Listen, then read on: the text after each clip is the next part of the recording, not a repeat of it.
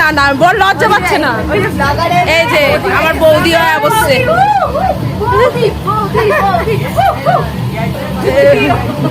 এই যে বৌদি এসে পড়েছে। তোর বাচ্চা কেটে দিবি? কি বলছে বৌদি, কি বলছে? তোর বাচ্চা কেটে দিবি। আমরা সব বান্ধবীরা যখন এক জায়গায় থাকি না, তখন বিশ্বাস করো একটা আলাদাই মাহল তৈরি হয়েছে। গল্প করতে করতে আর কি ফাজলামি মানে করতে করতে যে কখন সময় কেটে যায় বোঝা যায়। এখানে যেহেতু 4টে চেয়ার ছিল, একটা টেবিলে 4জন করে বসতে পারবে, সেই জায়গায় আমরা 7জন করে বসছি। মানে আমাদের ট্যালেন্টটা দেখেছো, আমরা যখনই সবাই এক জায়গায় হই তখন আমরা এরকমই করি। এত গল্প করেছি, তার মধ্যে আমাদের খাবার চলে চলে তো সবার প্রথমে ছিল চানা মশলা আর রাধা বল্লভী, জাস্ট অসাধারণ হয়েছিল। আর দেখতেই পাচ্ছ আমাদের মহারানীকে, আমরা খেতে খেতে নাচতে শুরু করে দিই। কি আর করবো, আমাদের তর্স হয় না।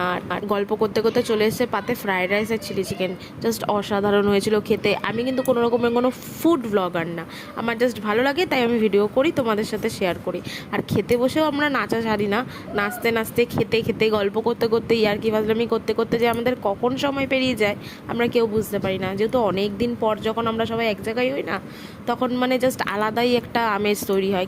গল্প করতে করতে আমাদের পাতে চলে এসেছে চাটনি পাঁপড় মিষ্টি, আর তার সাথে ছিল হজমোলার আইসক্রিম। আর গরমকালে আইসক্রিম হবে না এটা কোনো কথা? যাই হোক, অনেক খাওয়া দাওয়া করলাম, গল্প আড্ডা হই হুল্লো সব কিছুই হলো। কিন্তু আর বাড়ি আসার সময় মনটা একটু খারাপ হয়ে গেছে, জানি না আবার কবে সবাই এক জায়গায় হব। তো আজকের জন্য এইটুকুই।